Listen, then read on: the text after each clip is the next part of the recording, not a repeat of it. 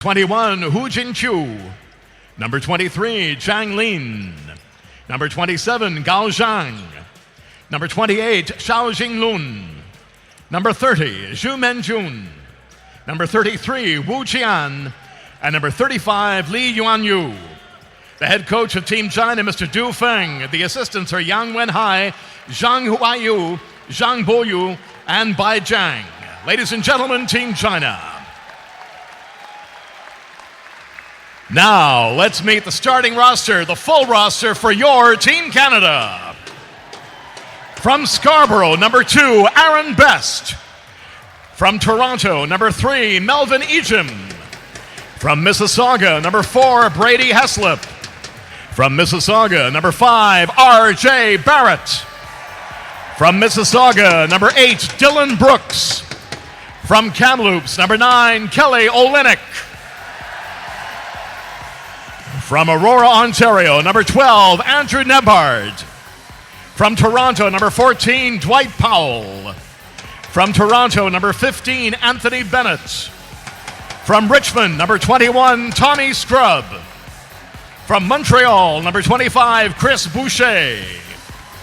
From Ajax, Ontario, number 41, Kaza Kajami Keene. From Mississauga, number 44, Andrew Nicholson. Team Canada is coached by Mr. Jay Triano. The assistants are Roy Rana, Nathaniel Mitchell, Dave Smart, and Scott Morrison. Ladies and gentlemen, your Team Canada. Right now, ladies and gentlemen, we'd like to direct your attention to center court as City of Victoria Councillor Chris Coleman, on behalf of the city, will officially welcome our guests to the City of Gardens. Representing Team China is Wu Jian, and from Team Canada, General Manager Rowan Barrett.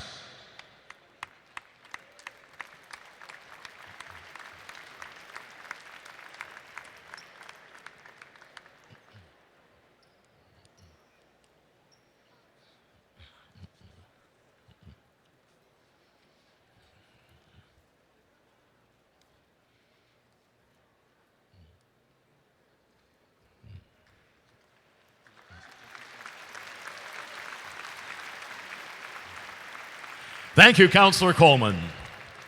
Right now, ladies and gentlemen, would you please stand, if you're able to, remove your hats and caps as we hear the national anthems of the two countries. First, Mr. Oliver Wu is singing the anthem of the People's Republic of China.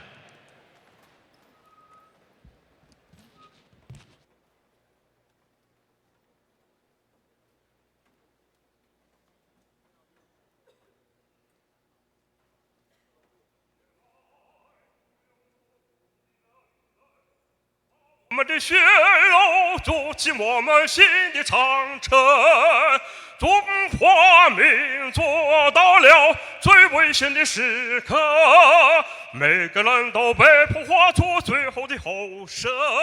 起来，起来，起来！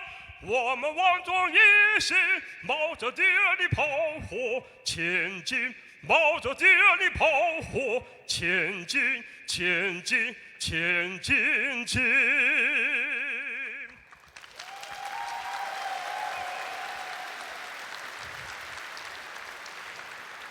And now, ladies and gentlemen, please remain standing and let's all join the CFAX 1070's Al Farabee in the singing of O Canada. O Canada, our home and native land, true patriot love in all of us command.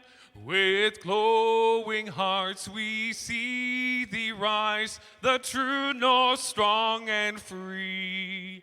From far and wide, O Canada, we stand on guard for thee.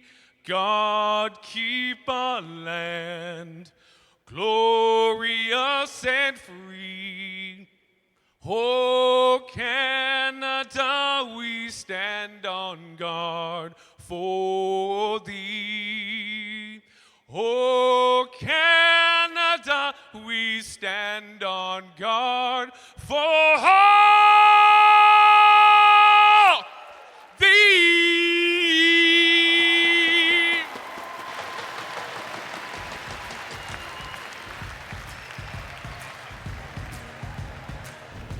And right now, the teams, in accordance with international basketball protocol, will meet at center court to shake hands. Good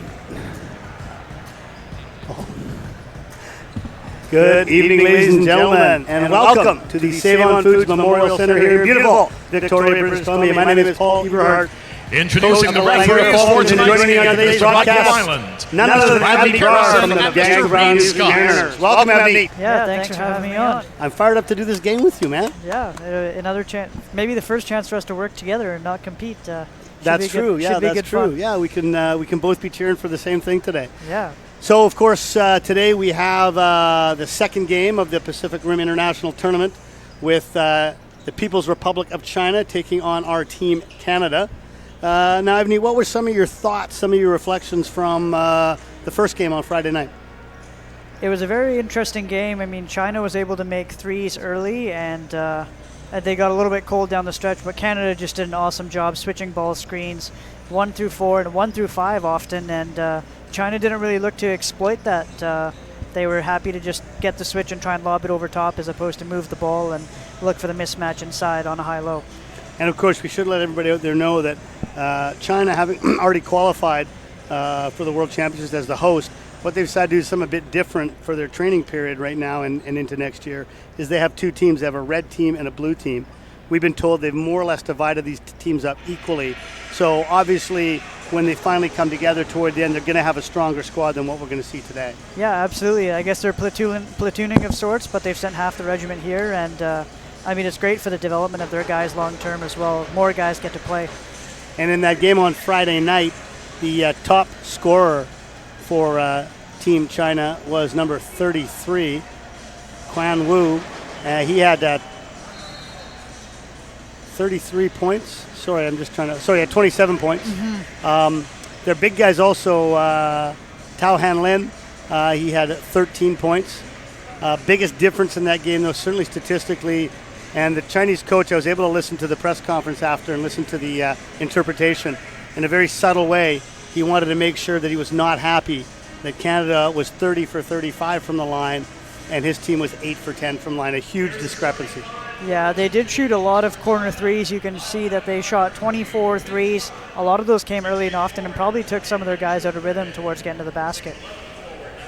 And they also turned the ball over 19 times, actually 16 times. But one of the things we noticed was they didn't move the ball as well. They had 9 assists for the game to Canada's 19. Yeah, they relied on an early ball screen to get their movement going, and you could tell that Canada switching it, they were relatively unfazed, so they switched a little bit to a dribble weave action, and we'll see if they'll go back to that today. They also, very late in that game, for most of the fourth quarter, went into a zone, and you could tell Canada was very rusty against that, having only practiced twice. We might see a bit more of that tonight, try to make them more competitive. Yeah, and Canada's quite fast and athletic. We'll see if maybe China will start with a bit of a zone pressure at full court to slow the tempo down and then settle back into a 2-3 zone. So starting for Canada, we have Ejim, number 3.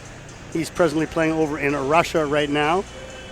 We have Kazakhin, number 41, who's playing in the G League for the Raptors 905, former Carleton player. Now, we also have Aaron Best. Aaron also playing in the G League, former Ryerson player. Seeing some nice Canadian local CIS content here. 44, Andrew Nicholson. He's playing over in China right now. He played at St. Bonaventure. And who am I missing? Well, they're going with that's right. Dwight Powell starting at center tonight, and Tommy Scrupp, another Carleton Raven alumni. Yeah, sorry, I got that wrong. So Kelly Olynyk not starting, not a big surprise. Not a big surprise. Limited minutes last game. Maybe he'll get a few minutes in tonight for the fans, but I wouldn't count on it. And, of course, all the fans wanting to see a certain Duke basketball player get out there in the floor tonight. Yeah, RJ Barrett, certainly impressive in the first game. He could do a little bit of it all, get to the basket. He was very good at getting to the free throw line, and you don't want that guy getting out in transition on the run. Yeah, he was so tough at slashing and getting to the hoop. He went to the free throw line more than anybody else. He went 8 for 9 from the foul line. All right, we got the tip-off here. Canada-China live over here in Victoria. Ball is won by the People's Republic. Ball reverses on the wing to Hu. Pump fake off a ball screen is Hu again. They go into the corner, drive baseline from Shangao, kicks it out, stolen. And there's a foul now. That was close to potentially being an unsportsmanlike foul. The refs are going to talk about it here. Let's see what they decide. Yeah, nice job by Canada on the first possession. You can tell they're comfortable switching 1 through 5, especially with Dwight Powell's mobility. China not having much success running their action to start the game. And it looks like they're just going to call that a common foul, as Canada will inbound in the backcourt, look to get on the scoreboard first. Best inbounds it to Kazakhin. Canada running a horn set here. Find corner 3, reverse it to the top, shot fake. Great ball movement there. And good down the middle, little floater is no good from Keen. China will come back with Wu Quan. Going to run a ball screen here at the top, most likely. That's what we saw a lot of. No, they're going to reverse it. Down screen for Hu Mingjuan. He's going to try a pull-up jumper. It's short. Rebounded by Kazakhin. China running a lot of screens right now, down screens, back screens. They haven't looked to exploit the switch and try and get a slip to the basket yet. Maybe they're saving that for a little bit later. Powell goes inside. He's fouled and count the basket.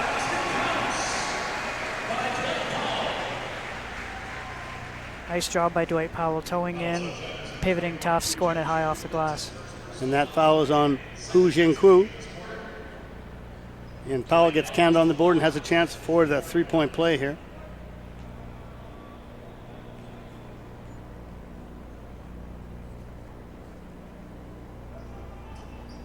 He's good. Canada comes with a little soft pressure as Best is picking up. Pressuring Wu Quan. There's a slip to the basket, first basket of the game for China. Yeah, nice inside slip there, and Canada went for the steal and gave up the layup. High post to Powell, backdoor, nice pass. Left hand is no good. Almost the follow jam, but they get the rebound. 14 on the shot clock. Little one-handed right hook, jump hook, no good from Powell. Yeah, we'll see if China will kind of go to a makes and misses system where they'll convert to man-to-man on misses and get into their zone defense on makes. As they go inside, they find that switch, but Canada does a good job of switching back. Still a mismatch inside. Jump hook is no good. Nice job by Ejim there, walling up, single coverage in the post, and he's quite comfortable guarding. Nice kick out for the trail three. It's good as Ejim knocks down a three. Canada up 6-2 early.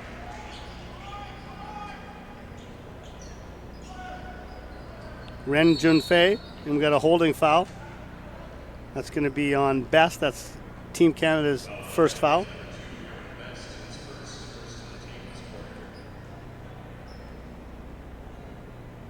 Yeah, I feel like China's going to continue to set a lot of screens, and the game could ramp up in physicality pretty quick. Maybe a little bit of a carryover from Friday night. And Friday's game was there. There you see, just you mentioned it, as number 21, Hu Jingqi, laid out the Canadian player. He picks up the offensive foul.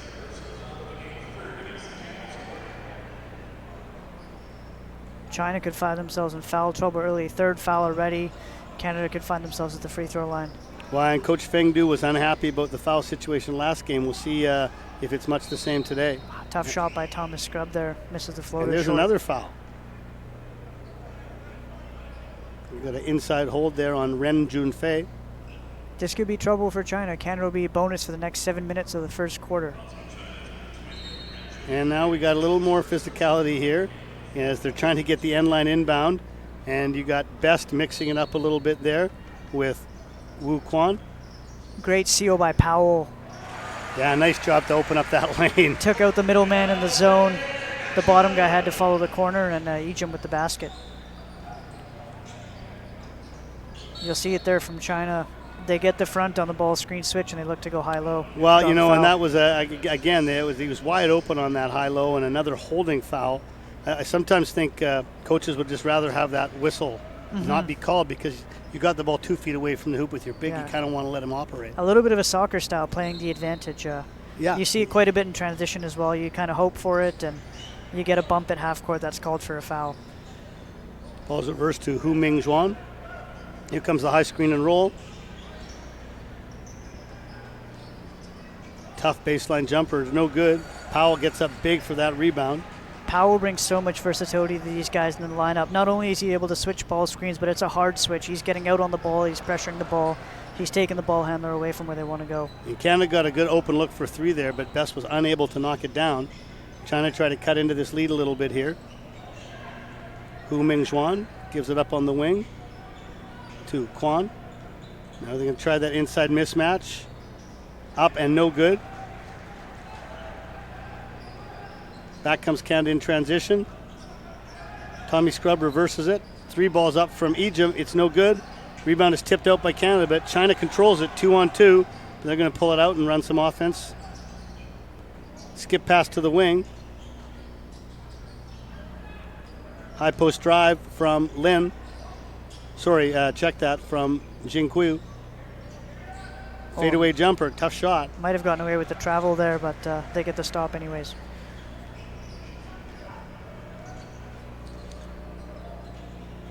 All right, Ejim's going to give it to Kazakhin. Back to Ejim. Going to try another 3. Canada taking a lot of 3 balls early here, eh?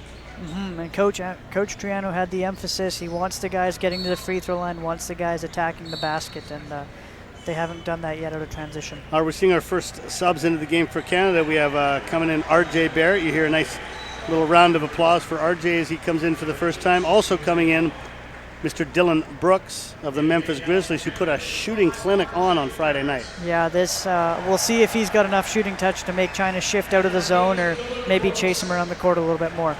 And on at least 2 of those threes, it looked like he got hit, too, and he still knocked him down. He's a very confident shooter. He's not going to hesitate to shoot it early and often. All right, Barrett comes off the screen. Kazakhin goes to right hand. He's too hard off the backboard. Loose ball is gathered up by Powell. Baseline. Kazakhin will try again. He skips it over to Mr. Brooks, who misses his first 3. He won't miss many. You give him an open 3 to find his rhythm. Not a great thing to do. Yu Di Hao now going inside. And no good from Tao Han Lin. We saw a lot of him in the last game. He is a banger, and he's not afraid to mix it up inside. Dylan Brooks draws the foul call on the drive there.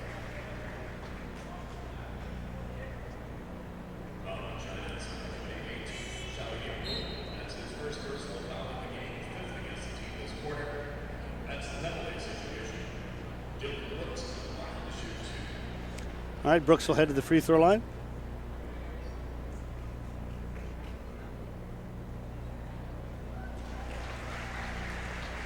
First one is good.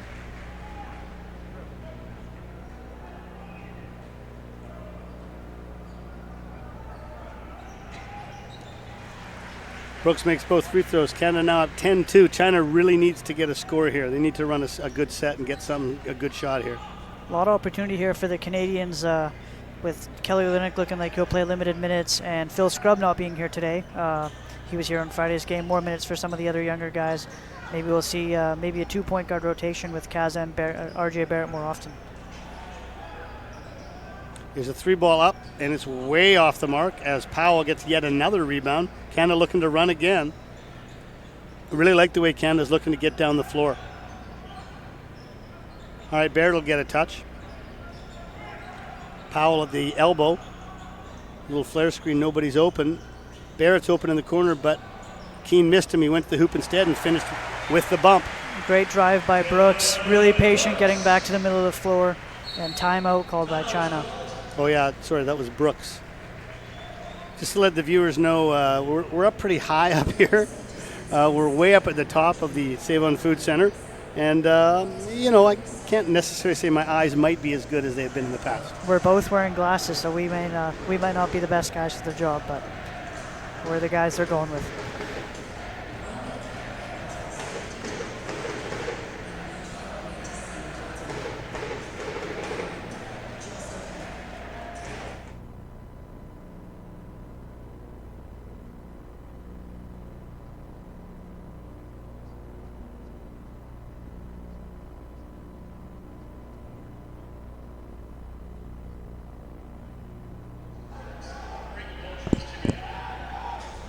All right, we are back now. As you see some replays here, there's the nice finish that we just talked about from Brooks. Fundamental basketball, body on, ball away, and he finds the basketball high off the glass. Just in case some of you out there are wondering, if you're finding maybe your feed is not as good as you might be expecting due to some complications here at the Save-On Food Center, the game is being broadcast in SD. Standard definition. Standard definition, yes. So just so you're all aware of that, in case you have some issues, it is unfortunately just the feed we're having to use from here. But I'm sure our witty banter is more than making up for it. All right, 12-2. China in trouble early with just under 4 minutes to go.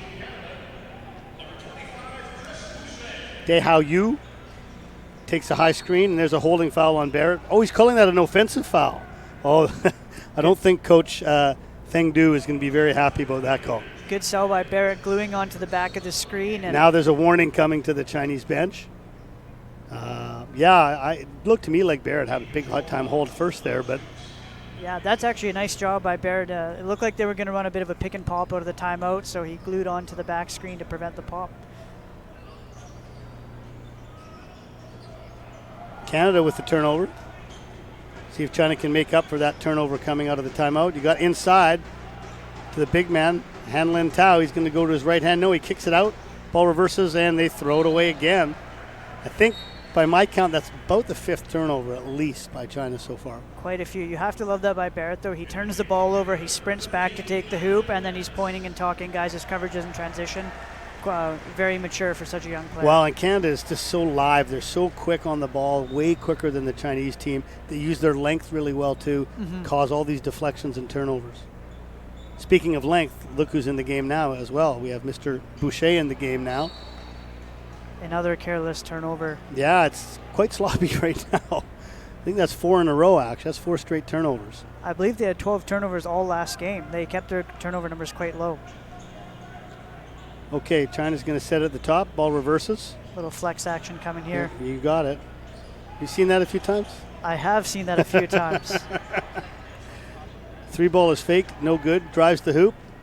Great defense by Canada right now. China just has nothing, and they've only got 4 seconds on the shot clock as Dehao Yu tries to drive. 1 second on the shot clock and a sideline inbounds here.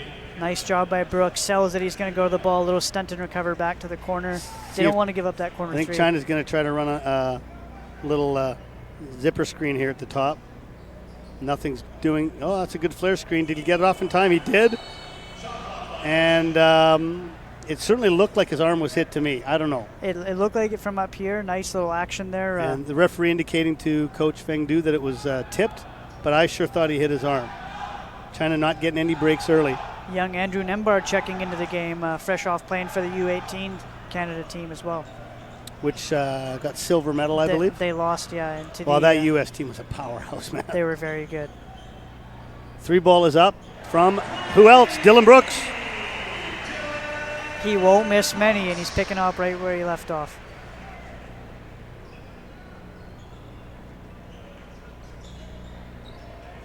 There's the flex screen wide open, but look who got a piece of that.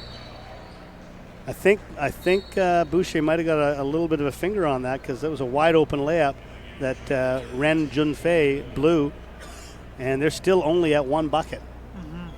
Bit of a miscommunication there on the back screen coverage, and fortunate not to give up a layup.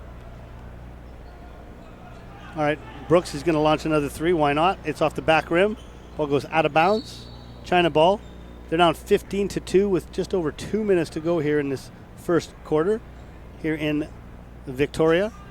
You have to love that confidence from Dylan Brooks, but if you're Coach Triano being in the bonus and you have been for 5 minutes already and 2 more minutes remaining, you want to get to the free throw line. All right, China's looking for the post up. Number 0, Xian Gao, and there's a foul on the perimeter. That was the most successful set for China last game. Little dribble weave into a mid-third ball screen, and they haven't gone to it very often, but it was very effective for them last game. With that foul, the shot clock will reset to 14.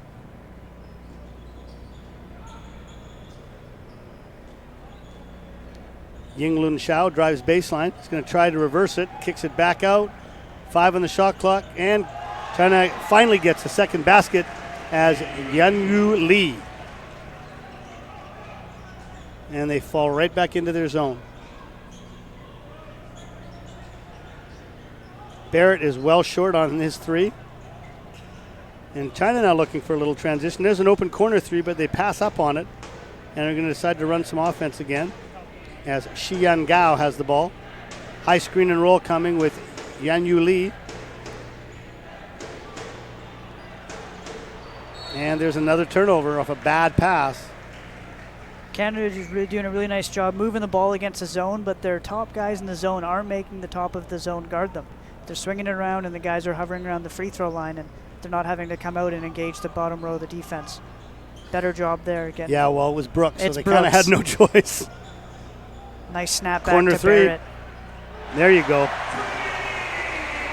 That looked like a much smoother delivery by Barrett there. He really stepped into that shot nicely. Yeah, he's been working hard on his jumper. You know, it's tough when you're in high school and you can get to the rim at will, but he's been preparing for his freshman year upcoming at Duke and training with Drew Hanlon as well. Tried that flex cut again. That time was tipped out of bounds by Nebhard. And Canada's jumping hard to the ball there. We'll see if they'll maybe fake the flex cut and skip it back to the corner. As Jingyu Li subs in for the People's Republic. Again, very physical in this end line out of bounds. Lots of pushing and shoving going on. And now everyone's getting really upset. And guess who just picked up another technical? Mr. Anthony Bennett. Mr. Anthony Bennett for sure picked up another one. They're separating both teams. Good job by the officials to separate them. This time, by the way, head coach Feng Du did not come on the floor and threaten Anthony Bennett as he did last game. Yeah, we don't want to get into a boxing showdown here. All right, so the refs are going to try to sort this out. We'll see if we can get a replay of this. You see there they are. They're getting tangled up. There's just a little push. Nothing big yet. Now in comes number 0 with a hard push. Boucher pushes back, and then Bennett push. So there's going to be at least, I think, 3 technicals on this would be my guess. Right? 18 for China, probably Barrett and Bennett. That's my guess. What do you think? Yeah, I'd have to agree. Bennett came in, and they were all bunched up, and he blew up that stack with one quick shove. Well, as we saw on Friday, there was definitely some hard feelings. It was fairly late, I think it was beginning of the 4th or late in the 3rd, when Bennett was frustrated by getting held and grabbed and just laid out a Chinese player. Coach Feng Du, a 7-footer himself, came out on the floor, which a coach can do, but only if they're going to try to make things sort of calm things down. Yes, and he came out and went after him. Referees gave him a technical, but then after, for sure, I saw I'm sure they've told the coaches to talk to their guys to clean it up, but there's only so much you can do.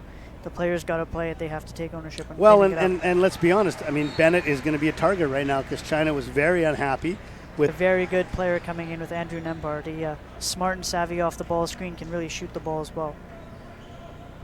Coming out of the basketball factory that is Montverde Academy. There's another high screen. A soft switch there by Bennett, and he gets exploited on the pull-up. Shi and Gao can't hit. Rebound by Bennett. And that's going to do it for the quarter. That shot won't count. And after 1 quarter of play, a dominant defensive effort from Team Canada, keeping the People's Republic of China to 4 points. And the only 2 field goals they give up, 2 tough contested 2s. You can live with that if you're Canada. So if you're Team China right now, is there anything positive you can take out of that quarter? You drew a lot of whistles. Maybe if the chippy game is what you're looking for with half your unit, but they're going to need to make stops. They haven't done a great job defensive rebounding the ball, and I think that's hurt them a little bit. They've given up wide open 3s and long rebound 3s. So if they can clean that up and maybe get a bit of a running game going the other way, might be able to find something easy in transition. I mean, I think their zone has been reasonably effective in terms of it is forcing Canada to take lots of long shots. Mm-hmm. But like you said, it's pointless if you don't chase those long rebounds down. Yeah, and we'll see if they'll adjust their coverages a bit. Then, maybe Dwight Powell getting a high post catch and see if he can make a play from there off the bounce as opposed to just letting him sit there and be a facilitator looking for kick-out 3s. Now, what can they do offensively? I mean, we've seen some different action out of them. They've tried some flex. They've tried some ball screens. Nothing is working. Do they just not have enough talent to score, or is there things they can do that at least will open it up a little bit for them? I'd like to see them go with the 1-5 ball screen early and see if they can get the switch and eventually flash somebody to the nail looking for a high-low or maybe a catch and rip from the nail. They're having such a hard time driving off the wing when Canada's loaded to the ball and everyone's sitting on the midline. And it's true, too, when they've been trying to look for that switch, they've just been looking to go directly in from the guard. They've almost never flashed that high post. Yeah, and often that ball screen is taking them towards the sideline, so when they're looking to lob the ball and there's 3 guys on the backside competing for the lob, I'd like to see them maybe set it towards the middle and then advance the ball or snap it back to the corner, and maybe they'll get a wide open corner 3 or a nice post up. Well, and Canada does a very good job defensively in the rotations, too. Mm-hmm. And when those guards are switching on the bigs, it's not an easy entry pass. They play them pretty tough. It's really tough, and when you have athletes on the backside and you can feel a little bit more empowered to gamble per se or be more aggressive on your closeouts, knowing that you've got guys like Chris Boucher and Dwight Powell on the backside to help you. So we're hoping to get some stats sent up to us way here in the rafters. We haven't yet, but if we do get them, we will update you as they come in. There's a drive down the middle as Boucher does a jump stop. He's blocked from behind. Nice block there from Yan Yu Lee. Dehao Yu with the ball. There's a little screen at the top for their best shooter, and he gets blocked by Mr. Boucher yet again. They're going to get up a 3 after the block, and they knock it down. So a good break there for China. It's a great block from Boucher, but China hustled for the rebound and hit the 3, and right like that in transition, Barrett gets fouled and does what he did in the last game, gets the line right away. Yeah, they don't communicate their coverages on a made 3. Unacceptable. They don't get back, load to the ball, and Barrett, the one guy you don't want getting to the rim. And that foul was committed by Jinqi Hu.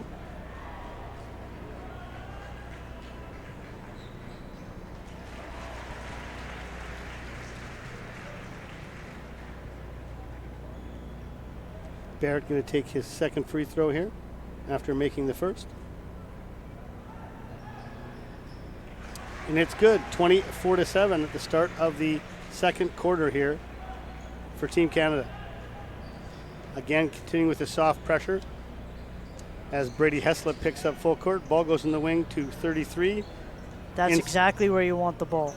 Get it to the nail, see if you can get to the free throw line. China finally gets a free throw. Good hard work there inside by Yuan Yu Lee.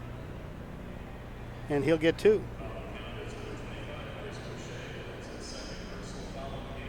Yeah, let's see if they keep going back to that. I mean, they had a relatively easy nail catch there and a single coverage in the post. You have to live with that. And that's a second foul on Boucher. He's going to have to watch himself for the next little bit. You don't want to pick up that third in the second quarter, or you'll be coming out. Having this spread right now for Canada is great. You can experiment, try some different things, maybe run some new sets in prepping for the Dominican Republic next week, which will be a big game for them. Well, yeah, that's huge because Dominican's top of the pool right now. Currently, yeah. Yeah. China staying in their zone. Barrett drives right to the rack anyway. Tough left hand, almost hits it. Rebound is tipped out by China. They get control. Yu with the ball at the top. Oh, no. They got their screen, then they switched back. Well, got away with a little travel there, did Jinqi Hu. Ball's going to go out of bounds back to China with 6 seconds left on the shot clock. China seeming a little bit more organized. We'll see if they can buy some stops.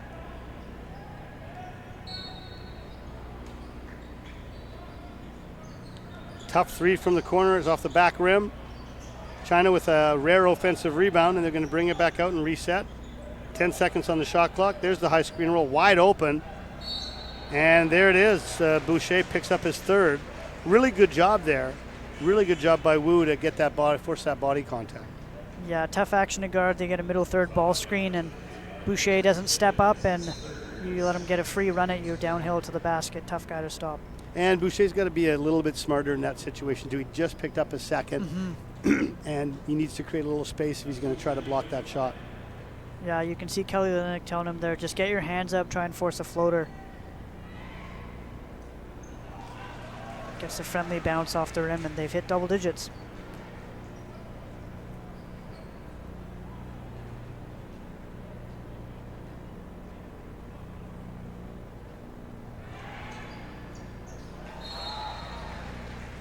Well, China actually outscoring Canada 7-2, right? Wow. Well, 7-2, 22-4. Yeah, that's pretty good, Matt. 7-2. Best Tigers. wow. Big franchise in the Philippines, by the way. That's a great name.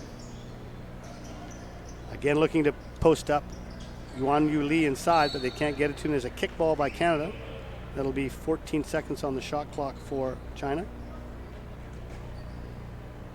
as they have a sideline inbounds.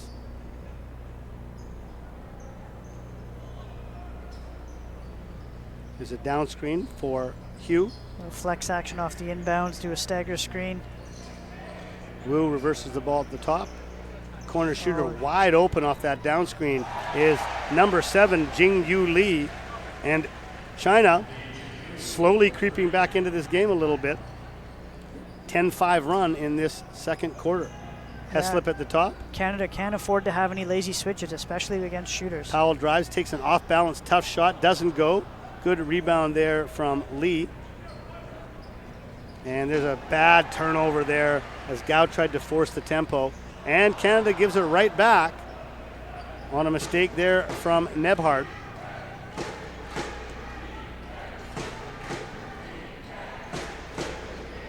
All right, they're going to go inside, look for a guard post up here with Jing Yu Lee against Heslip. That's a tough fadeaway. Not really a very good shot, not what China was looking for, I think. 5-on-4 for Canada. Powell gets tripped, and another turnover. China now with a 2-on-1, and they convert. I wonder if Coach Schran is going to take a time. Yeah, he's taking one here. He's not happy, as what was a bit of a laugher in the first quarter has gotten much more interesting after we had some physicality, some unsportsmanlike, and China's playing better. Yeah, you have to work towards being better there in transition. They passed the ball to Dwight Powell trailing towards the basket. They could have waited it out a little bit longer for him to get to the rim, or maybe free somebody else up for a three. Yeah, you don't really want to give a big man the ball there where he's got to make a decision and put it on the floor. Mm-hmm. Well, we have 27-16 here in the third quarter at the Save on Foods Memorial Center. Got a nice little crowd here tonight for this game. I can't remember the last time national team might have been out in Victoria. You have any idea? I think it's been quite some time. Yeah, I was trying to think of that earlier, and like I said, I think it was back in about 2002, 2003 when Team Canada played Japan. Mm-hmm. And that was back when, of course, Island legend and, well, just coaching legend Ken Shields was actually helping coach the Japanese team. Right, and that was the last time I remember any game out here. There might have been something since then, but when after Jay was released the first time and Leo took over the team, they didn't make many appearances out here in the West at all. Yeah, the West Coast is starting to become more prominent. The Women's National Training Center used to be at University of the Fraser Valley, and now they're at University of Alberta. And of course, the women have some big games coming up as well in Edmonton. Yep, in the Edmonton Grads Classic. There are 3 games coming up in about a week and a half here. Of course, Canada, this is their preparation for their games coming up as they're attempting to qualify for the Worlds. They'll head back to Ontario for training camp on June 26th and 27th. They'll play the Dominican Republic on the June 29th and the Virgin Islands on July 2nd. As there's a wide open 3 out of the timeout. No one even guarded Nebhard there. It was almost like they were daring him to shoot it, and he knocked it down on him. Yeah, I think they were looking to hug Heslip and not give Dwight Powell an easy catch, and they paid the price for it. That's what they need right there. Now that should be a blocking foul. Yeah, good call. Good call. He was. Now this cylinder to me looks too big. That doesn't look like the FIBA. I don't know if it is or it isn't. That looks like the NBA cylinder to me. What do you think? The FIBA one's smaller. So, I mean, it's the only one on the floor. I'd like to think they got it right. I think it depends which team you're coaching. Fair enough. Fair enough. But he was definitely inside there. Contact was made that affected the shooter. So Lee gets 2 free throws, making the first one. Yeah, China chipping away, and Coach Triano sticking with the bench mob right now. He hasn't gone back with their starting lineup. Those guys haven't played in about 10 minutes now. All right, 30-18 with just 5.5 minutes to go, as Nebhart will set the offense. Powell reverses it to Barrett. They're not even guarding Barrett. They're just giving him a shot. Perhaps this is their strategy at this point. Pack it back and make him hit. Except for Heslop, of course. All right, Lee trying to back his way down to the rim. He kicks it back out, almost turned over, but China keeps it. Wu goes back inside to Lee. He spins, and they're going to call an offensive foul on that. And that's, okay, so here's what just happened there, right? So they called a offensive foul. China coach was not happy about it. I think it was actually the right call. Some of the bench stood up. 3 or 4 of the assistant coaches stood up, and so actually that technical was on the assistant coaches. They had been warned before. Again, I personally, just look the other way and get on with it. I don't think you should be staring at the bench, but they did get up, and they had been warned, so that'll be 1 free throw for Heslop, and Canada will get the ball back. Yeah, China doing a nice job. They're getting the post-ups they want, but everyone else on the backside stagnant right now. They're just standing still, and Canada's able to plug up the gaps. They need to start screening away or sending some back cutters to the basket, freeing up space for their shooters and some movement. Barrett getting the Rajon Rondo treatment. They're going to stand at the free throw line when he catches the ball at the 3. Tough floater by Barrett, air ball, and there was a lot of physicality going on there, and that's going to go against China again, and Coach Feng Du is incensed.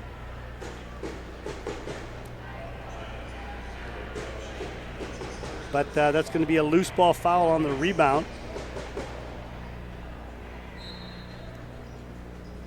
Same stack play there. Powell seals out the middleman, and Nicholson gets an easy floater, couldn't convert. Yeah, Canada a little stagnant right now at both ends of the floor. Pull-up jumper, that was a long, no, that was a 3, but it was no good from Wu. Ball goes out of bounds, off China, Canada ball. It can be hard with so many whistles going on, so many altercations, and then China sitting back in a bit of a matchup or modified zone on the other end. It can be tough to generate an offensive flow and affecting your defensive transition going the other way if the ball's not going in the basket. Well, it's a real interesting little zone because, like you said, they're making sure that Heslop's not open, but they're not having one guy follow him, and they're just saying to the other players, you guys do something. And Canada looks a little bit lost, actually. As you saw, Powell tried to go one-on-one there and got stripped. I'd be interested to see how they would match up if they ran Barrett to the short corner. Using his length and his exceptional passing. And there you see it again. Nobody was within 20 feet of Nebhart there, and he drills another 3. He is a young guy, and maybe they're taking their chances on that, but he's proven he can knock that thing in. There's a flex screen again inside, and the ball's tipped. He was open, but again, sloppy pass from Ren. Great turned throw over. ahead. Oh, yes. That is a beautiful play. And that has got the fans on their feet there. The 2 youngest guys on the floor connecting for a coast-to-coast. And one dunk. Let's watch this on the replay. What a lob. Goes up strong with the left hand, and he's got the chance to extend this almost to a 20-point lead again. All that work by China to try to chip away, all for naught now, as Canada's up 37-18. In games like these where you're struggling to have some flow, not getting back in defensive transition could be the death of you. Weave set here from China. Smart play there by Wu as he felt the contact and immediately threw the ball to the hoop to make sure he got the, but they're not giving him foul shots. How could that not be a shooting foul? I think they called it on his gather, his bump, 1-2. Yeah, I guess they did. So that they're going to go to the baseline.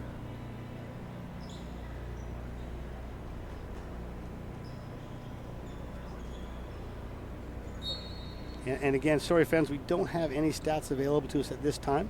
We'll certainly get them at halftime, although I tell you one thing, I ain't going down. Oh, no, there's an elevator. There's an elevator, yeah. Okay, I'm good. As long as there's an elevator. I'll grab a hot dog on the way. Okay, ball is inbounded to Yu. Canada overplays the reverse pass, goes back to Yu. He's going to drive, finds a corner 3. Nice pass to Gao. And Gao connects. And Nebhart's going to try it again. You know what was interesting about that, though, is he took a pull-up three. If he just made one pass and got it back, he could have taken all day to shoot it because they're not guarding him. Yeah, I guess he's feeling it. Normally when guys have hit a couple, they'll shoot the three and transition off the bounce. Which is fair enough, but let's be honest, Av, come on. I think either me or you could have made that last one. Nobody within 20 feet of you? I think so. I'm not sure if there's a bet on that one, but... as long as I didn't have to run up and down the floor, I could have made that, I'm telling you. Set shot specialist. Designated shooter. There's the guy you don't want to leave open. Heslip off the dribble, no good. Nice rebound there and good follow. As we've seen all game, Powell has been all over the boards at both ends of the floor.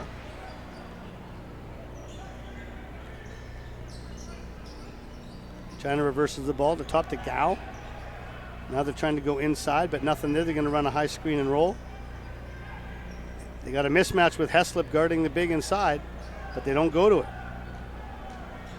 Lee drives, takes a really tough shot at the shot clock buzzer, and Canada's got a 2-on-1 here.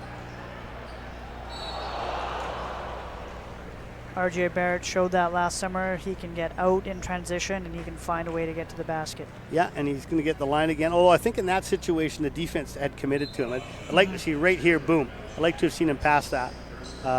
Throw it up, maybe even throw it up at the rim for Andrew Nicholson. There was a guy trailing and the player there. You don't want to get that knocked away. Yeah, for sure. But Barrett will get 2 more free throws.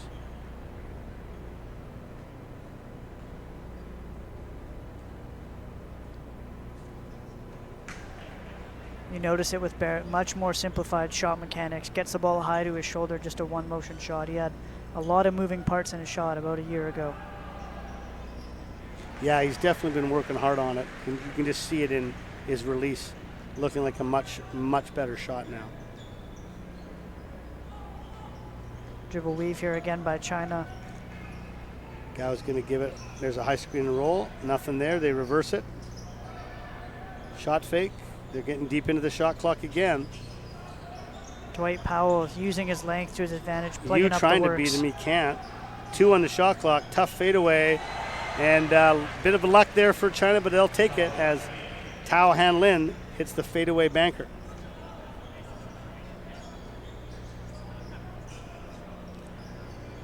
And there he is again, wide open, not being guarded. This time he had his feet set. I wonder if he switched numbers and maybe on China Scout they said, hey, 12, we're not guarding him. I don't but know. That's the wrong guy to leave open.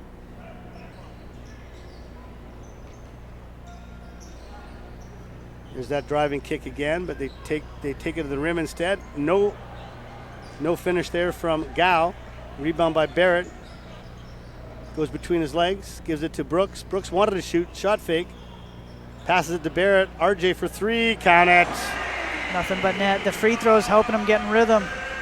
Yeah, and a great created that shot by Brooks is on the nice drive and kick there. Now China doubled up on the scoreboard. They're going to have a tough time getting back into this one.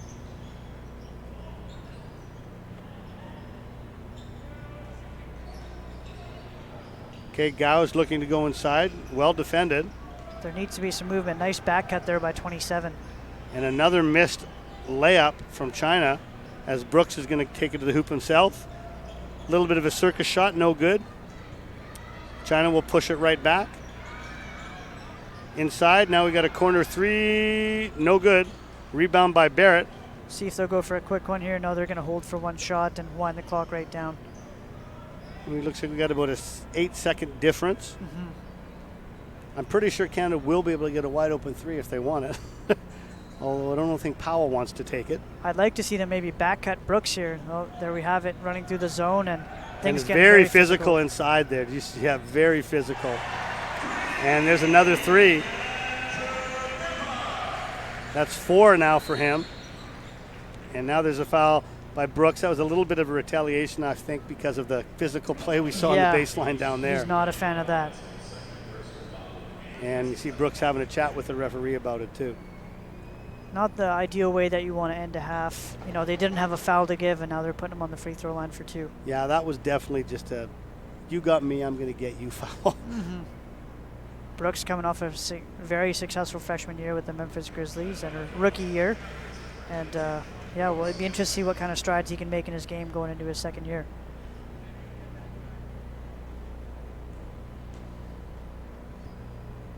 Well, China with a chance to, at least offensively, much improved second quarter as they put up 21 points. But they gave up 25, so it was certainly a more competitive second quarter. But still a long, long ways to go. You see Coach Triano actually chatting with Brooks right now, probably talking to him exactly about that last little play that happened there. Oh, no, he's actually talking to Nebhard. Never mind. Nebhard, yeah. What's he going to tell him? Take more open threes and knock him down? Shoot more threes, or maybe at this spread he's saying, hey, maybe try and work on a different facet of your game. All right, well, here you have it at halftime. Canada with a big lead, as expected, over the People's Republic of China, 49-25. This is Paul Eberhard and Avni Brar live here at the Save on Foods Memorial Center. We're going to take a little bit of break. We'll try to get you some stats for the second half.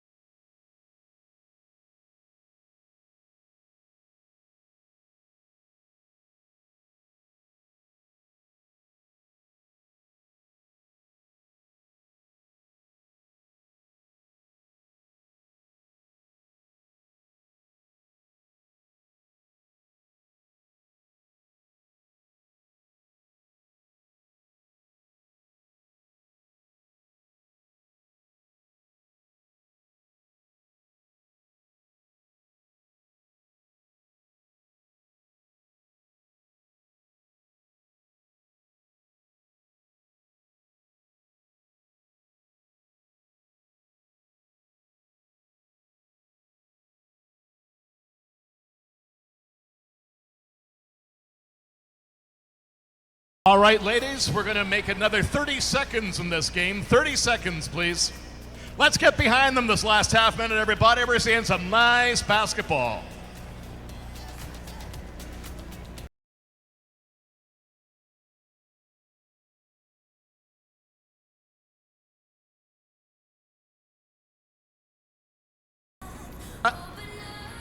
And time for one more rush here.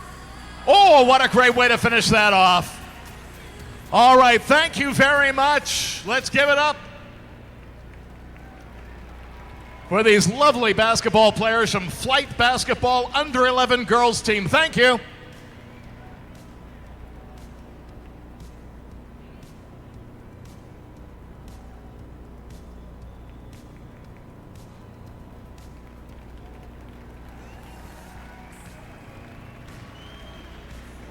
Once again, Flight Basketball Under 11 Girls.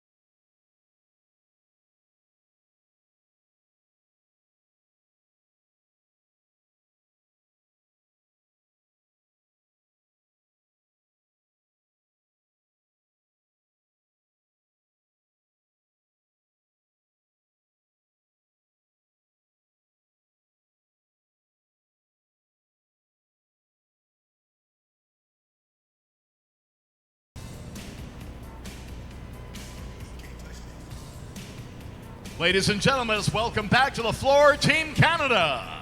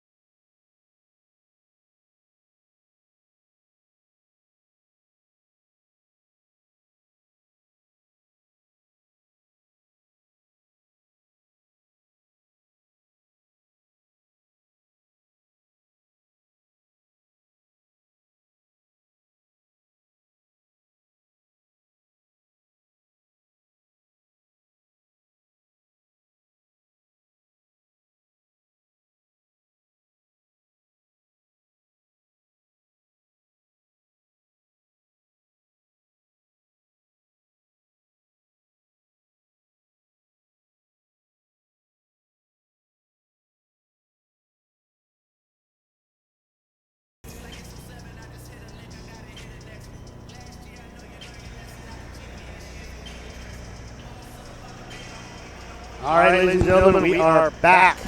Jingyu Li with 5, and Dehao Yu with 5. Yuan Yu Li with 6. And for Canada, Andrew Nebhart with 5 threes, 5 for 6 from the three-point line with 15 points. 8 from the stripe, with Canada being 10 for 12 from the stripe. Yeah, after a bit of a tough start, things did even out a bit better for them in that second quarter. So, I mean, obviously, very little chance that China can come back here. But what can they do to maybe cut this lead?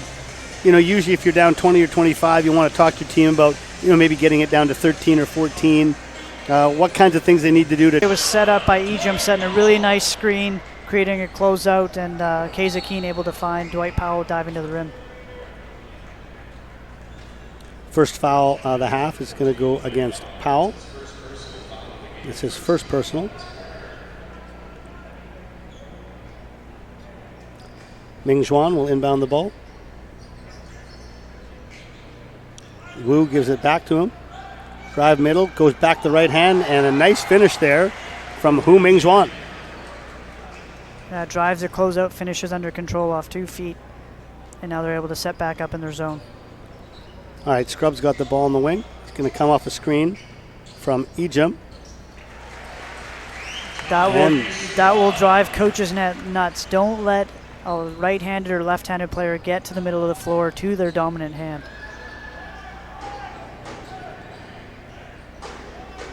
All right, the ball is reversed to Li. Back to Ming Zhuan. Nice little seal inside. Goes to the left hand after showing the right, but misses the jump hook, does Li. Canada with the rebound. Kazakine with the ball. He's going to get to the rack. Find open 3 is no good from Ejim. China rebounds.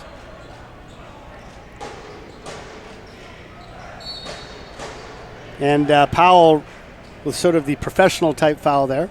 Nice. And realizing he was beat and it was going to be a layup, just gives a little push to the hip, forced him out of bounds, takes that second foul on purpose. Yeah, nice little hesitation there. A chop and stop, got the defense to move and open up some space on the baseline. All right, now these end line inbounds, especially into these lines, this is when we've had some of the rough stuff. Let's see what happens in this one. There may have been some in VIU and Langara games in the past. Not Langara, we're too soft for that. Running a little tight squeeze action. And another mishandle. It's going to be a turnover by China as they go over and back on the inbound. Canada ball in the front court as Tommy Scrub will inbound.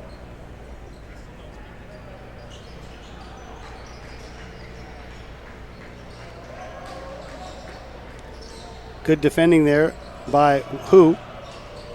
Scrub kicks it to Kazakine. Corner 3 is up from Best, and it's good.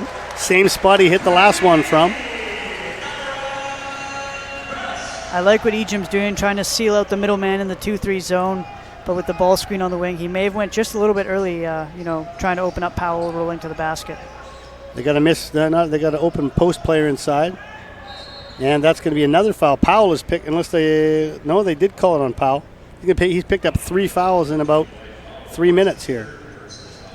You know, any coach will tell you and any official will tell you, anytime the ball's entered in the post, if you're not moving your feet to get around or take away the baseline and you're trying to poke from over top or from beneath the armpit, you're going to get called for a foul most for the most of the part. time, yeah, you're right.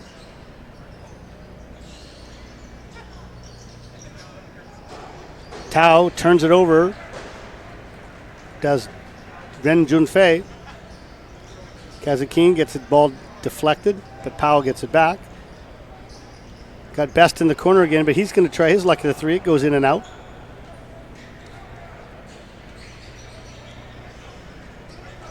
Ball goes inside to Tao Han Lin, and that's 4 fouls. And that was not a smart one. I mean, that's a straight forearm shiv. Ref doesn't have much of a choice but to call that one. China did such a good job with getting some ball movement, some elbow catches, some short corner catches, and now they've just gone simple to the dribble push to the low post entry. And again, with the deep bench and with the lead, it doesn't look like Toronto's too concerned about taking him out. good practice for next week. He could be in the situation where he's in the game in a late, a different foul situation, and he has to play. Canada doesn't jump to the ball on the flex screen again, and they give up the 2. Yeah, right off the inbound. Nice little end line set there by Team China. Especially with the player coming off of it, just jump to the ball and force them to skip it back against your athletes and see if you'll make a tough 3. Looks like China's extending the zone a bit more, trying not to give up the open 3, but Kazakhin finds himself with one and he knocks it down. Nice ball movement by Canada. In and out, high post catch, kick out for a wide open 3. And at this point, we can say that Canada has attempted more 3s than 2s in this game. Oh, there's a flex screen again. Ball's passed poorly, though, from Chang. And Powell with a big dunk running the floor. And once again there you see the confusion in the Chinese team in their defensive transition. You're so tough to guard in offensive transition if you don't have to wait to outlet the ball. If you can grab and go, you're on a roll. Pull-up jumper is good from Gao Shiyan.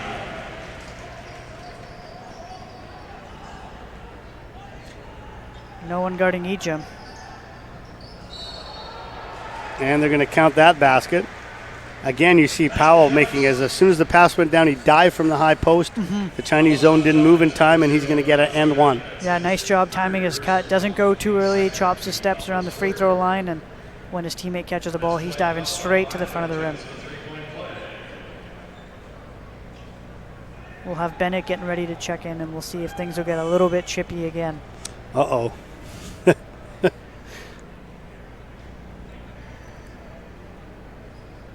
Seems as if they've played those 2 exclusively at the 5. They haven't gone with Boucher much at the 5.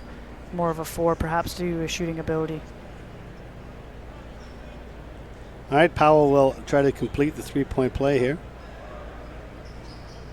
And he does. Canada now doubled China as they're up 67-33. And it looks like Tao Han Lin and Bennett will be guarding each other, both big physical guys.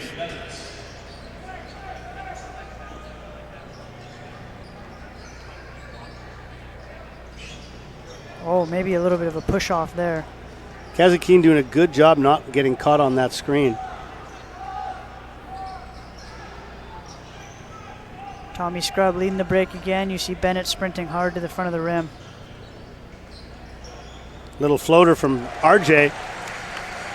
Ejim. That was Ejim. Oh, sorry. Thank you.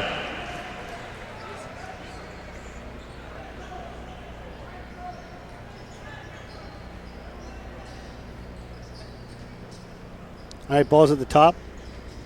Lee looking to go inside to Tao Han Lin. He's got single coverage. See what he can do with it. Little turnaround fadeaway is good. Little Tim Duncan, right shoulder, get your arm high, pop it over top. All right, Kazakhin's going to give it to a wide open Tommy Scrubb, who's going to launch it, no good.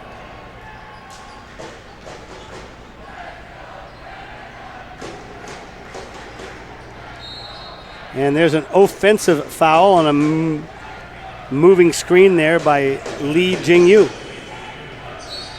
RJ Barrett checking into the game for Tommy Scrubb there. Tommy and brother Phil, of course, Richmond legends. As a matter of fact, back in the day when I used to teach at McNair, I used to run the Vancouver Nike basketball camp. Oh, yeah. Both Scrubb brothers came when I think they were like 10 or 11 years old. Yeah, when I was coaching at Dover Bay Secondary, we played against the Vancouver College Irish, and we beat them on a buzzer beater, sideline inbound buzzer beater. Turnover by Barrett, 2-on-1 for China. Nice job passing back and forth there. Perfect execution of the 2-on-1, taking advantage of the turnover.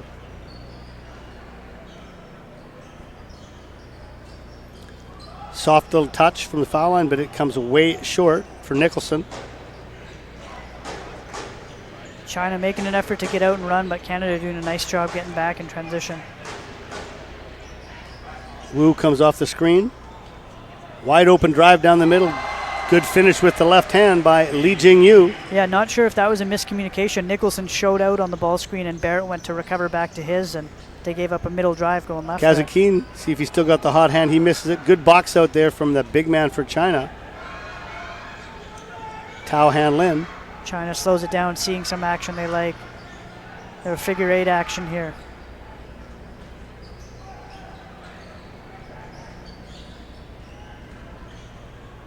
Well, Wu Quan, number 33, was their big scorer in Friday's game. He's been very quiet tonight. That's a tough fadeaway jumper at the shot clock sounds. Well defended there by Bennett. Barrett brings it down the floor. He's going to throw it, a little bit of a sloppy pass there, but Kazakhin chases it down. Barrett for 3. Nice stroke. Yeah, stepped into it, nice follow through. And Canada really having a field day from the 3-point line. You know, many would say RJ's the consensus #1 pick if he decides to declare in the NBA draft, and China with the 3 back the other way.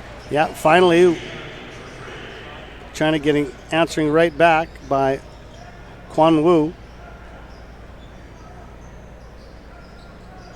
Another 3 ball from the other side is no good. And China actually has a leak out here. Could they get a rare fast break hoop? There's a foul, and that's going to count. Yeah. And you see there that quick 3 costing Canada that time, as they were not able to transition back. And Coach Triano is going to take a timeout here.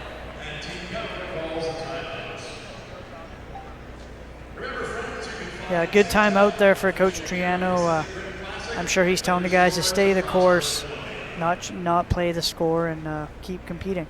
Well, and the thing is, too, when you're playing against a zone that, gives you open shots, you don't really want guys taking the quick 3 because if it's going to be there in the first 3 or 4 seconds, it'll be there in the next 10 seconds. Move the ball a little bit, make the defense shift, and wait for it in that situation. Yeah, even making them shift just to maybe manipulate their rebounding coverages. If you can pull maybe a forward-out situation and now their 5-man is the one contesting the corner 3, then you're going to have a chance to fly in on the backside for a rebound with maybe your 4-man running at their point guard or shooting guard and have some success rebounding the ball.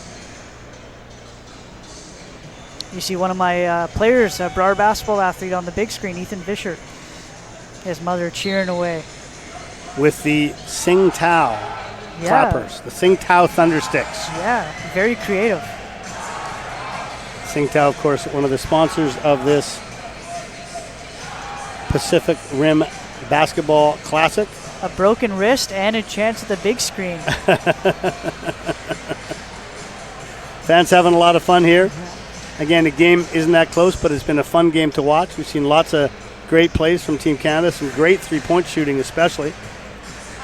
And after, it was 22-4. After the first quarter, China's, been reasonably competitive.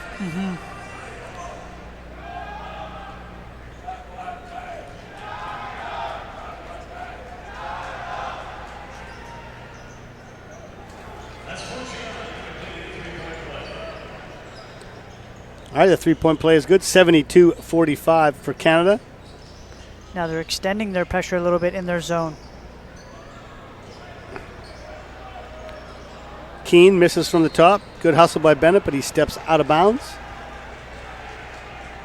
I'm actually having trouble remembering the last successful 2-point shot attempt. It's either been a 3 or, for the most part, it's been a free throw.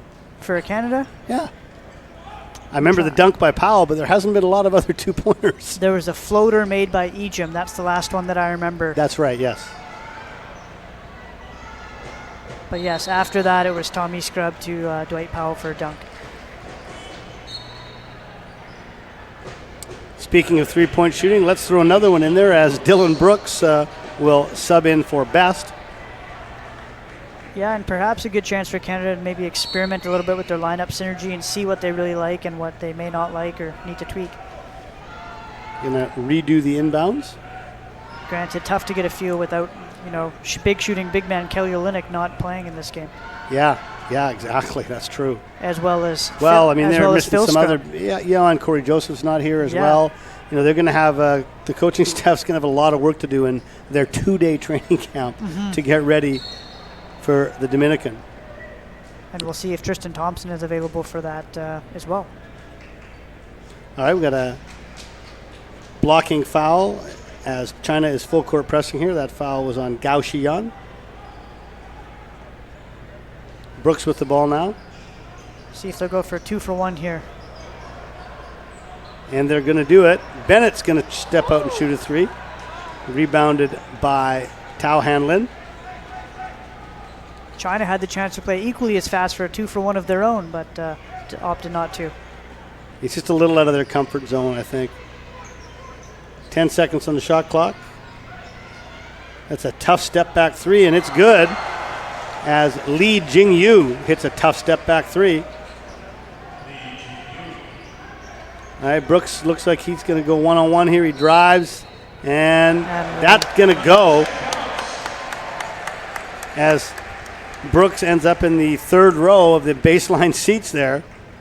You know, we talked about it at halftime. What could China get out of this? And if they'd made a stop there, they had a chance to win the third quarter in point spread, and they've blown that now.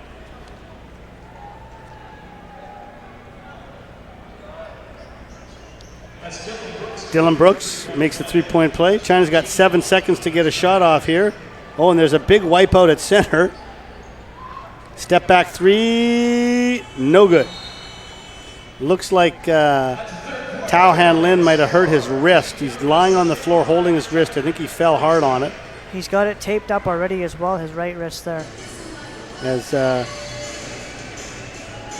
players from both teams help him up off the floor.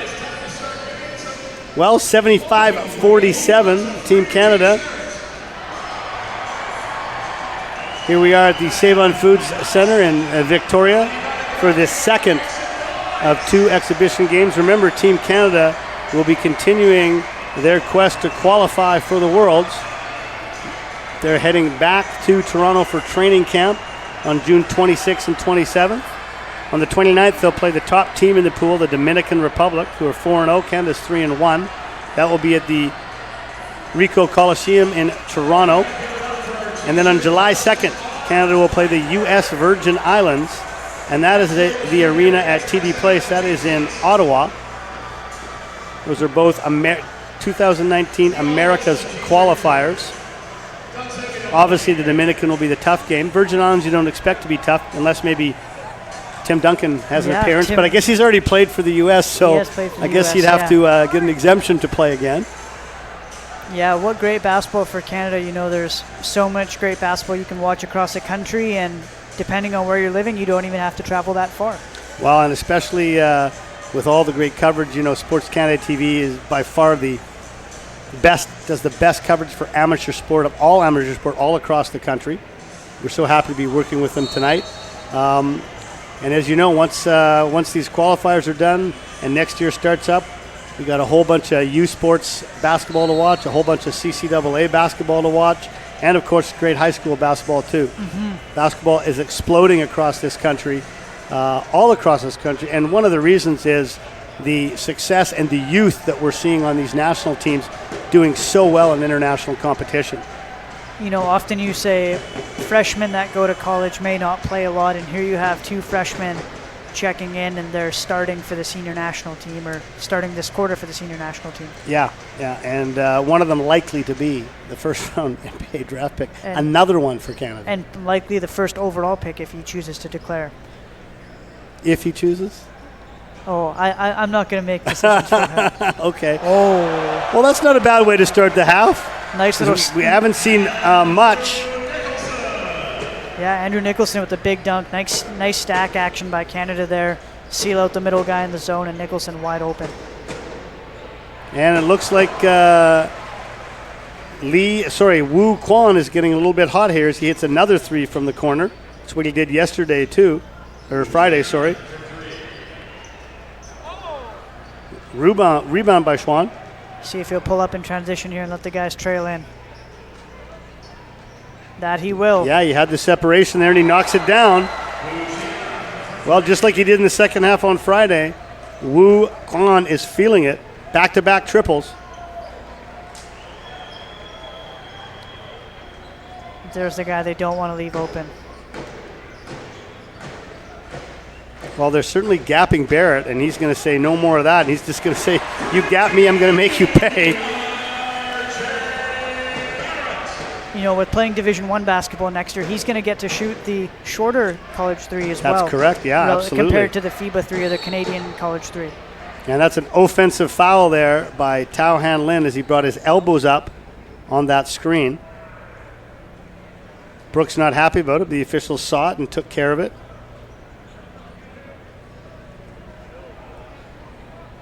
Tao Han Lin is claiming that there was a bit of a acting job there by Brooks.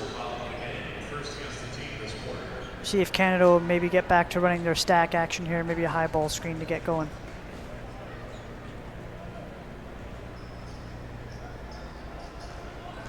All right, Nebhard will bring the ball up the floor. Give it to RJ. Nice high-low pass there. Unfortunately, Nicholson got stripped, but the refs are going to say he got hacked. And you can see the Team China assistant coach is telling everyone to sit down and not be demonstrative. Yeah, they don't want to pick up another one.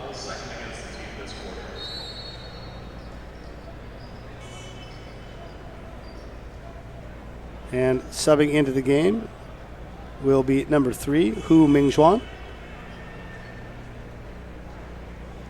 End line inbound here for Canada.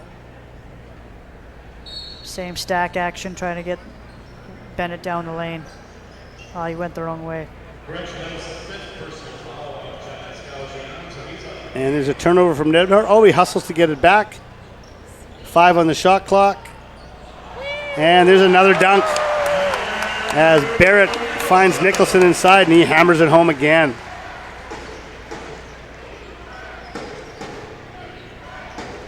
Baseline drive. Baseline drift is there, but it's not a 3. It's a long 2. It's no good. Brooks gets stripped of the ball, and then he kicks it, so he's going to turn it over to Team China. A little bit scrambled going both ways. See if both teams can close out this West Coast swing quite strong.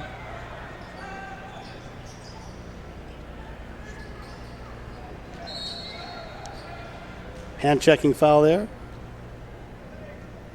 on Brooks. It's interesting as a coach, when you're on defense, you always want your players to get their hands on, get after the ball, and the second that the other team has the ball or you have the ball and they're guarding you want them to get their hands off. Very true. There's the occasional hypocrisy in coaching. Yeah. I've had roles of raving at our guys to get up on the ball and get a hand in, and the second someone does it to our guy, you're not very happy with the official. And there's another moving screen, this time by Hu Jingqi. Brooks is getting very frustrated because he actually got banged before that screen on another one that was pretty close to moving too. Yeah, some guys pulling the veteran savvy, they're kind of jumping into the screen before it arrives, so the screener still has his feet in the air and it looks like a moving screen.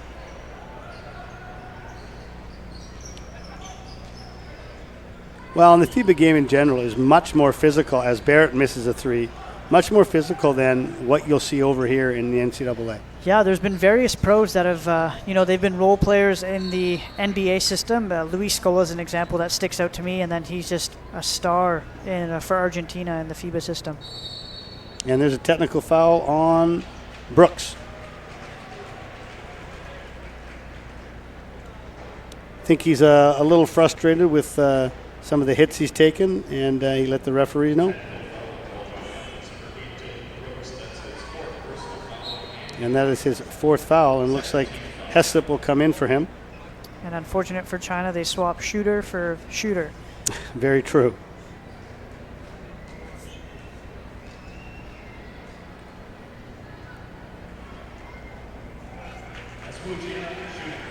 Wu Chen, successful on the technical. 82-54. Canada up by 28. 7:33 to go. And you look at the halftime spread, Canada was up by 24. So see if China can maybe try and win the second half here. Baseline drive.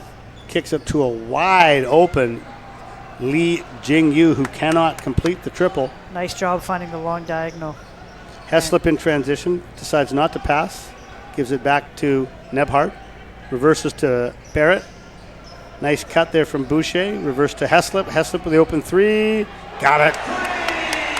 And Coach Feng Du wants a timeout. He didn't get it. The Chinese coach is not happy. You are entitled to a timeout after you get scored on. But it worked out better for him anyway. Fair trade. As Wu Xuan continues to be hot, hitting another 3. Nicholson will try a 3. He's short. Rebound to Lee. Well, good challenge there by Hu Mingjuan, but Boucher wasn't about to let him score. Nice drive by Barrett. We'll see if he takes his timeout now or if he's canceled it. As Bennett is going to sub back in the game for Nicholson. Looks like he's canceled his timeout. And you can see here at the end of the third quarter, Canada had 4 players in double figures. Dwight Powell with 12, RJ Barrett with 15, Dylan Brooks with 10, and Andrew Nembhard with 15 as well. Whereas China with only 1 player in double figures currently, Jingyu Lee. And some pretty stellar free throw shooting from both teams. China remains perfect from the line at 9 for 9, and Canada was 12 for 14. Barrett just made 2 more there, so both teams shooting the free throw exceptionally well.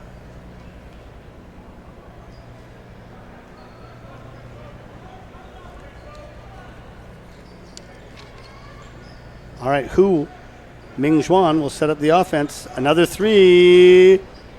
And almost went in for Wu Xuan, but he finally missed one. China's gone exclusively to a draw and kick game, and they're not really looking for slips at the basket on down screens. Boucher for 3. Why not? Everyone else is hitting him. Why can't he? He's jumping in on the action. And now Coach Du Feng will take his timeout as Canada extends it to their largest lead of the night, 89-57. They're up 32.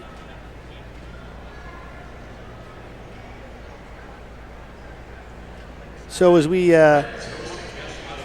approach the end of the game here, as we are into the fourth quarter, just want to make sure that we thank all of you loyal followers out there on SportsCanada.TV.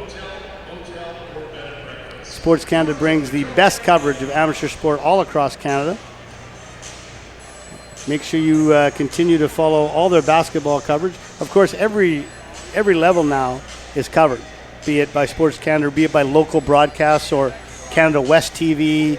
I mean, the rare night that we have off, if I don't go out and scout or watch a high school game, I literally sit at home and watch 6-7 games at a time. It's so great.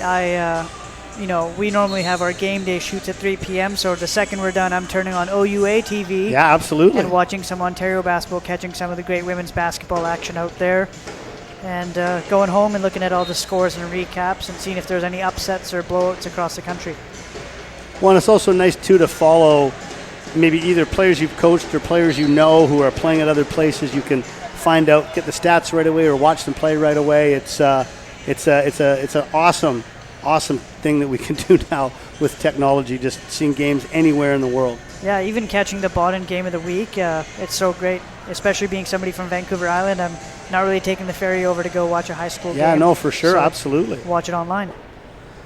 All right, 89-57 with 6 minutes to go here. Hu Mingjuan gets a handoff. Off a little curl screen is Lee Jingyu. He's going to try a 3, and it's good. Canada tried to shoot the gap there on the stagger screen. China fades their shooter and Chris Boucher gets caught up. And Heslop runs off a baseline screen. Rare open miss for him. And now China looking to run a little bit here too. Good, nice deep seal. Yeah, that was a great seal there by number 35, Lee Yuan-Yu. And even a great shot blocker like Boucher can't let him get that deep. Boucher's going to try another 3 because he hit his last one. No good. Rebounded by China. They're playing with the heat check rule, I presume. Yu Dihao comes off a little screen there, kicks it out. Hu Mingjuan looking inside for Li Yuan-Yu. And there's a standing block from Boucher. 3-pointers up from the corner, and it is well off the mark. That's one of those where you hit the top of the backboard, you just have to complain that you got fouled, even if you didn't. Mm-hmm. And now we've got an unsportsmanlike foul. I'd like to see this replay. Not sure why it's unsportsmanlike, but I didn't see it. So let's see if we can see. Here's a replay here.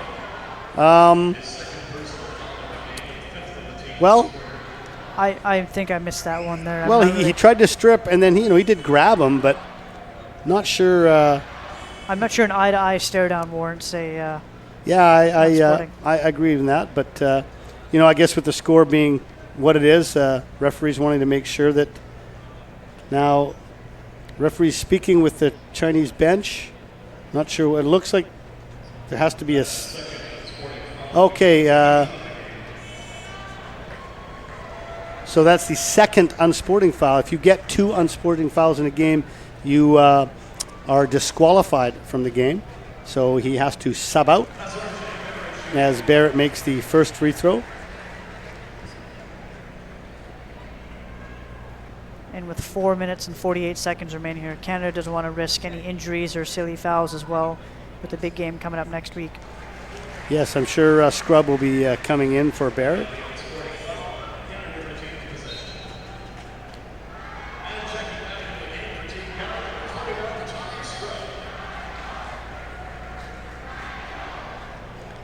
All right, Nebhart has the ball at the top. Goes high post to Bennett. Nice ball movement there. Nebhart ends up with an open 3, and he knocks it down. Don't leave him open. I don't think they're listening to you because they keep leaving him open. Yeah, they don't want to ask me for my analysis. Tough shot there from Yuanyu Lee. And Thomas Scrub just subbed in, almost adds to the 3-point game, just goes in and out. Hu Mingzhuan, and there's more physical play inside, and another offensive foul called on China. Coach Du Feng not understanding why these calls keep going against his squad. But, I mean, what Yuanyu Lee was trying to get a good seal inside and really kind of overdid it and displaced Boucher, so offensive foul. Yeah, you see that quite often. I mean, if you have a hard roll, you're either burying the guy and there's a lot of contact, or the defensive player is trying to pull the chair, get his feet around and make you fall down, and then there's a lot of holding and clutching and grabbing there. Scrub wipes out, gets back up, kicks it to Heslop. Got it for 3. That's a street ball. Is that a special. new move? Is that a new move? That's a street ball I like special. it. I like it. I mean, he one-upped my traditional stop and go. He did the fake fall down. A slide into second base, gets up, kicks it out for the 3. Oh, there's a travel. Yeah, there's a travel.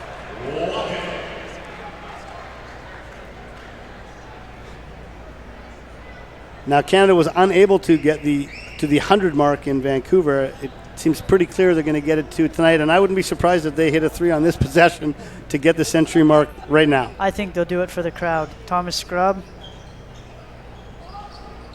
And that's a foul on China, yep.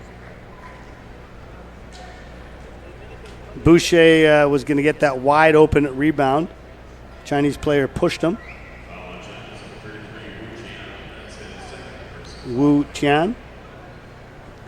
And 2 free throws for Boucher.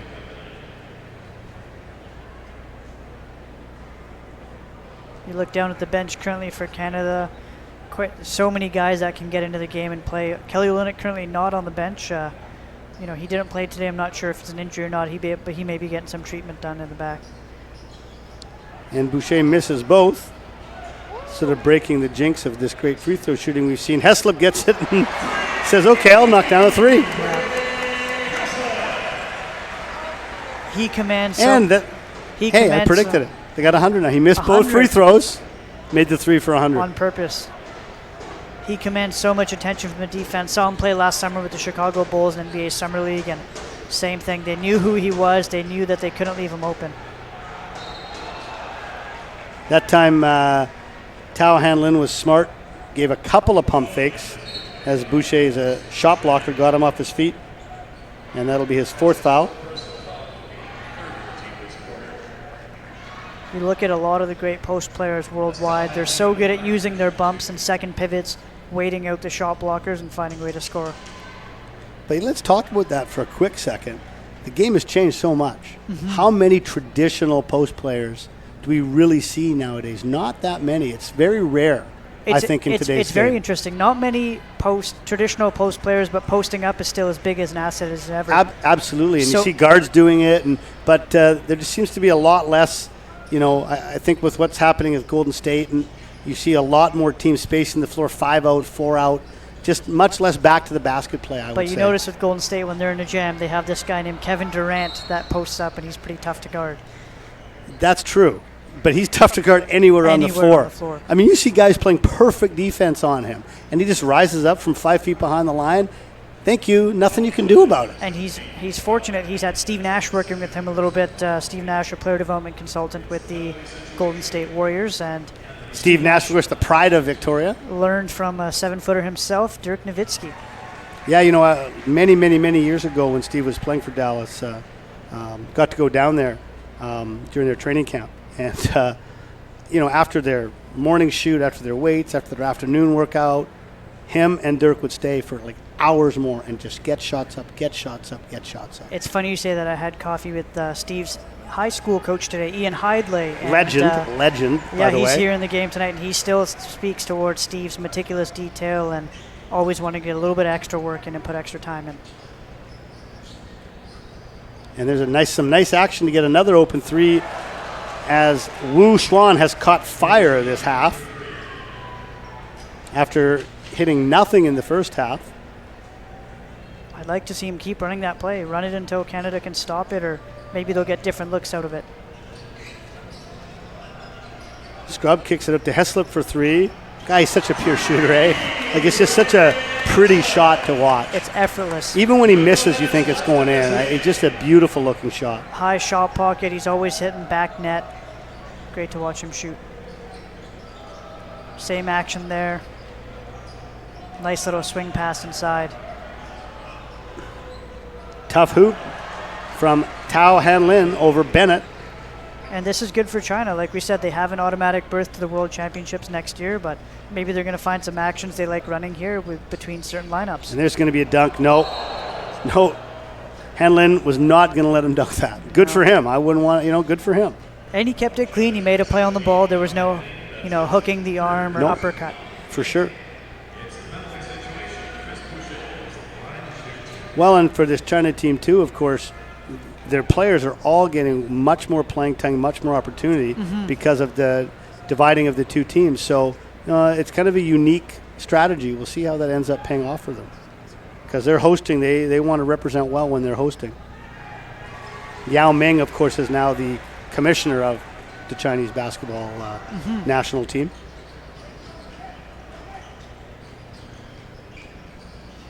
That was actually Yao Ming's first ever game in North America. It was against Canada in 2002 at Rogers Arena, then GM Place.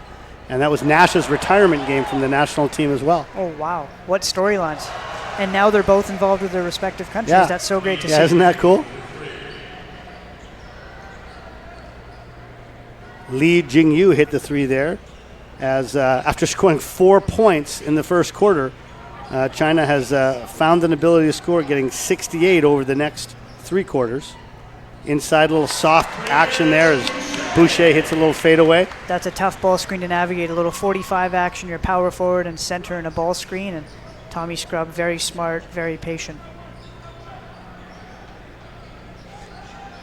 Skip past the corner, and long arms of Tommy Scrubb picks it off. Speaking of smart, found the right guy in transition. Hessler makes the extra pass. And ball is lost out of bounds, but goes off China. 30 seconds to go, so this will likely be Canada's last offensive attempt here.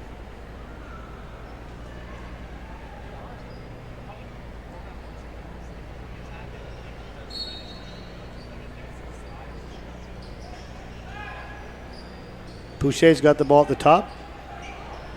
Kazakeen reverses it. Heslip, shot fake, corner, and Bennett got lost a little bit there, and his foot was out of bounds. As China will get the last shot opportunity here. And on Friday night, they called a timeout to try and run something. They did, yes, with like 17 seconds to go. It was a bit odd. But, maybe you're practicing for a late game situation. We've had the same with preseason. Nah, you might just wanna don't do play. it, man. Come on, Avneet. You don't do it. Never miss an opportunity to improve, right? In and out. And your final score is going to be the Canadian national team 108, the People's Republic of China 72, as the fans here in Save-On Foods Memorial Arena give a nice round of applause to the Canadian team with two very impressive-looking victories over China as they prepare for their important America's qualifying games coming up in just over a week back in Toronto against the Dominican Republic and the U.S. Virgin Islands. Avneet, some final thoughts. So much versatility in this Canadian roster, so much youth in this Canadian roster.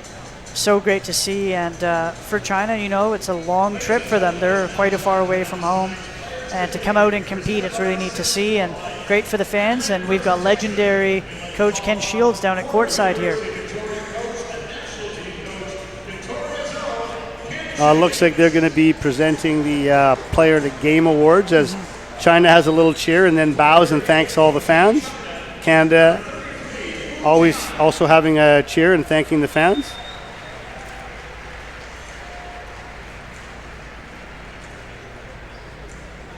As Ken and Kathy Shields will be presenting the Player of the Game Awards. No surprise, Wu Xuan, number 33. For China, he was also a Player of the Game on Friday. And for Canada, number 5, R.J. Barrett. We should see a big cheer here from the crowd. Oh, R.J. Barrett not able to get his award yet because one of the Chinese assistant coach was getting a selfie with him. Yeah. I'm sure even as far over as China know how impressive this young man is and what his potential future will be. And he's playing for a great coach and Coach K, Coach Krzyzewski at Duke University.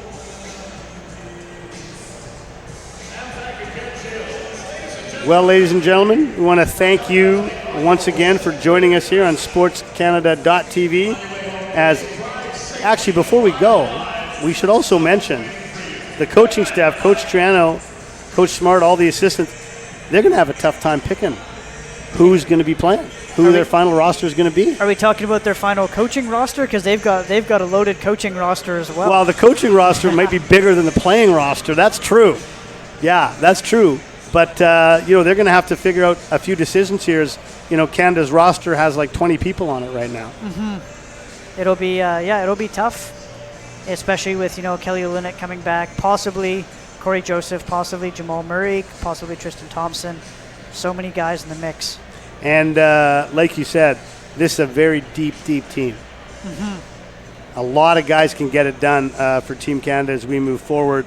And, of course, with the new structure of FIBA, you never know what players you're going to have available for these qualifiers. There's some. Because some of them take place during the season. There's some finicky tournaments. I believe there was one, or there's one coming up in September. So you're looking at university coaches having to take a leave of absence if their institution so allows. And they even brought because Roy Rana was going to be doing one of those teams, but then he couldn't leave because of it. So they brought Gord Herbert over. Yeah. And that was during a pivotal playoff stretch. Absolutely, yeah. So they need to have a lot of players and obviously a lot of coaches available to get the qualification done. So it'll be interesting to see what direction that moves in. I think that's great for Canada basketball and their development of coaches as well. There's so many people that can step in and help lead the program. Yeah, absolutely. And of course, as you know, they have the under-19s, the under-18s. They have all the other programs with mostly Canadian coaches, CIS coaches from across the country doing those teams. All right, ladies and gentlemen, well, thank you so much for joining us. My name is Paul Eberhardt, and I was a pleasure to bring this game with Avneet Brar. Thank you very much for joining us. Everybody, have a good night.